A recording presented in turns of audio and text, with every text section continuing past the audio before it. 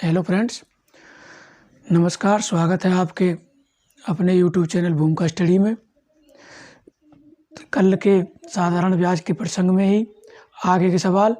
साधारण ब्याज की दर से 3 वर्ष में 800 रुपये के 920 रुपये हो जाते हैं। यदि ब्याज की दर 3% बढ़ जाए तो राशि कितनी होगी। सबसे पहले हमें इसकी दर निकालनी होगी। दर निकालने के बाद शेष जो दर आएगी उसमें हमको 3% और जोड़कर हमें अगला ब्याज निकालना होगा। तो सबसे पहले ब्याज बराबर आ रहा है 920 माइनस 800 बराबर 120 रुपये। अब हमें दर बराबर 100 गुणा ब्याज बटे मूलधन गुणा समय। तो 100 गुणा ब्याज 120 बटे मूलधन है 800 रुपये गुणा 3 वर्ष में। 2 जीरो से 2 जीरो, 8 ते 15 बार, 15 अट्ठे 120 और 3 एकम 3, 3 पंजे 5% दर। अब 3% बढ़ाकर दर बराबर 5 + 3 बराबर हो गई 8%। अब हमें 8% दर से साधारण ब्याज निकालकर उसको मूलधन में जोड़ देंगे तो हमें पता लग जाएगा कि अब राशि कितनी हो जाएगी। तो ब्याज बराबर हो गया मूलधन 800 गुणा दर 8 गुणा समय 3/100। 2 जीरो से 2 जीरो, 8 बटू 64 इंटू 3, 3 चौका 12, तो 6 18 1, सॉरी अब तो 8% हो जाएगी। 3 वर्ष में 8% हो जाती है।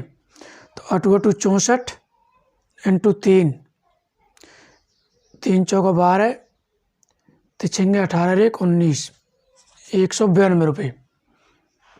अब ब्याज हो जाता है 192। वह पूछ रहा है अब राशि कितनी हो जाएगी। तो मिश्र धन बराबर 800 + 192 बराबर 29819, 992 रुपये हो जाएगी। वह राशि अब कितनी हो जाएगी 992 रुपये। अगला सवाल, 4500 रुपये को 2 भागों में इस प्रकार कर्ज पर लगाया गया कि पहले भाग पर 10% की दर से 5 वर्ष का साधारण ब्याज, दूसरे भाग पर 5% की दर से 8 वर्ष का साधारण ब्याज के बराबर था। तो पहला भाग ज्ञात करो। यानी 10% पर 5 वर्ष के लिए, 5% पर 8 वर्ष के साधारण जो ब्याज प्राप्त हुए वह बराबर थे। तो बताइए पहले भाग पर उसने कितनी राशि लगाई। तो देखिए पहले भाग पर है 10% 5 वर्ष, तो 10 गुणा 5, और दूसरे भाग पर है 5% पर 8 वर्ष के लिए, तो 5 गुणा 8, इनका सीधा मल्टीप्लाई कर लीजिए। 5 40 और 10 पंजे 50, तो इनका अनुपात आ जाएगा 40:50 में राशि। तो 0 से 0 अनुपातों का योग हो जाएगा 4:5 बराबर 9। हमसे पूछ रहा पहला भाग। अब पहला भाग हम 10 गुणा 5 यहाँ गया, ये नहीं मानेंगे। पहले भाग के नीचे पहला भाग तो कितनी है 4, तो 4 बटे कुल और गुणा 4500 रुपये। 9 पंजे 45, 5 चौका 20, 2000 रुपये। देखिए उसने कुल 4500 रुपये लगाए, जिनमें कुछ भाग था 10% की दर से 5 वर्ष और शेष था 5% की दर से 8 वर्ष। इनका जो ब्याज था वह बराबर आया। तो इसने 10 गुणा 5, 5 गुणा 8, यह 40 50, 4 5 9, 4/9 गुणा 4500 बराबर 2000। तो पहले भाग पर उसने लगाया 2000 रुपये और टोटल लगाया 4500, तो इस पर लगाया उसने 2500 रुपये। अगर हम इसको गुणा करके साधारण ब्याज निकालें, अगर हमारा बराबर आता है तो हमेशा एक चीज़ ध्यान रखना, जिसका अनुपात यहाँ ज़्यादा दिख रहा है उसकी राशि कम आएगी, जिसका कम दिख रहा है उसकी राशि अधिक आएगी। अगर हमें उत्तर की जांच करनी हो तो 2000 गुणा 10 गुणा 5/100 बराबर होना चाहिए 2500 गुणा 5 गुणा 8/100, 2 जीरो से 2 जीरो। देखो 10 गुणा 20, 200 इंटू 5, 1000 रुपये। इधर इन 2 जीरो से ये जीरो, 5 40, 40 गुणा 5, 25 चौका 100 और 1000 रुपये। दोनों का साधारण ब्याज कितना आ रहा है? 1000 रुपये। तो वह राशि है पहली वाली 2000 और दूसरी वाली 2500। अगर दूसरी वाली पूछे तो 5/9 इंटू 45 है, 9 पंजे 45, 2500। देखिए अगला सवाल। 2500 रुपये को 2 भागों में इस प्रकार कर्ज पर लगाया जाता है कि पहले हिस्से पर 5% की दर से 4 वर्ष का मिश्र धन, दूसरे भाग पर 6% की दर से 5 वर्ष में प्राप्त मिश्र धन के बराबर था, तो दूसरा हिस्सा ज्ञात करो। इसमें एक चीज़ ध्यान रखना, पहले में जो पूछा था वो साधारण ब्याज बराबर था, लेकिन इस बार क्या बराबर है? मिश्र धन। यदि साधारण ब्याज बराबर हो तो सीधा दर गुणा समय का करके हम अनुपात निकाल सकते हैं, लेकिन यदि मिश्र धन बराबर हो तो हम जब भी हल करते हैं तो 100 मान के करते हैं, तो उनमें हम 100 जोड़ देंगे। तो पहला हिस्सा है 100 प्लस 5 गुणा 4 और दूसरा है 100 प्लस 6 गुणा 5। 5 चौका 20 और 100 120।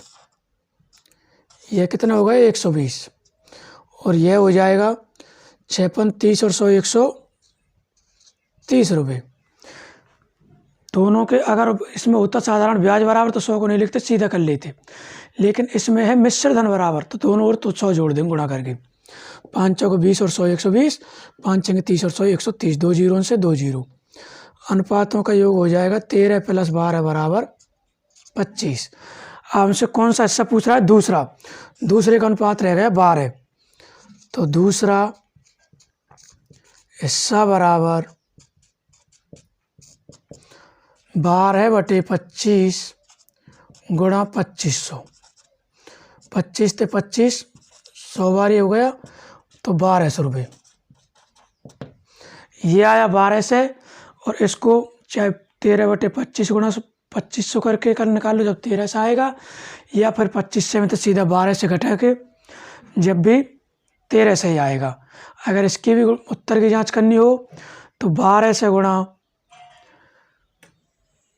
6 गुणा 5/100 करके और 13 से गुणा 5 गुणा 4 करके उनको जो भी मिश्र धन आए वह बराबर होगा। इस प्रकार आप उत्तर की जांच कर सकते हैं। देखिए अगला सवाल।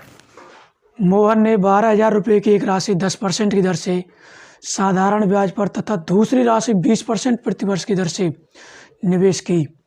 कुल निवेश की गई राशि पर कुल ब्याज एक वर्ष के अंत में 14% अर्जित किया, तो कुल कितनी राशि निवेश की? कुल ब्याज एक वर्ष के अंत में 14% अर्जित किया, तो कुल कितनी राशि निवेश की? देखिए, पहली राशि 12,000 रुपये की राशि 10% पर और दूसरी राशि थी 20% पर, और दोनों पर जो ब्याज प्राप्त हुआ वह था 14%। तो इस प्रकार के सवालों में 10 और 14 का अंतर होगा 4, और 20 और 14 का अंतर होगा 6। 6 और 4 इनका अनुपात साधारण अनुपात और निकल सकता है 3 और 2, 2 तो काट देंगे, इन दोनों का योग होगा 5। अब वो कह रहा है 12,000 रुपये की राशि पहले पर किए, तो 12,000 बटे जिस पर किए, पहले पर किए तो पहले का अनुपात 3, और गुणा जिसको पूछ रहा है, किसको पूछ रहा है? 5 वाले को, तो गुणा 5। 3 चौका 12, 4,000 और 4 पंजे 20,000 रुपये। तो कुल राशि उसने कितनी अर्जित की, निवेश की? 20,000 रुपये, जिनमें से 12,000 रुपये 10% की दर से और शेष 8,000 रुपये 20% की दर से। इस प्रकार उसने निवेशित किया और कुल राशि प्राप्त उसने निवेश की थी 20,000 रुपये।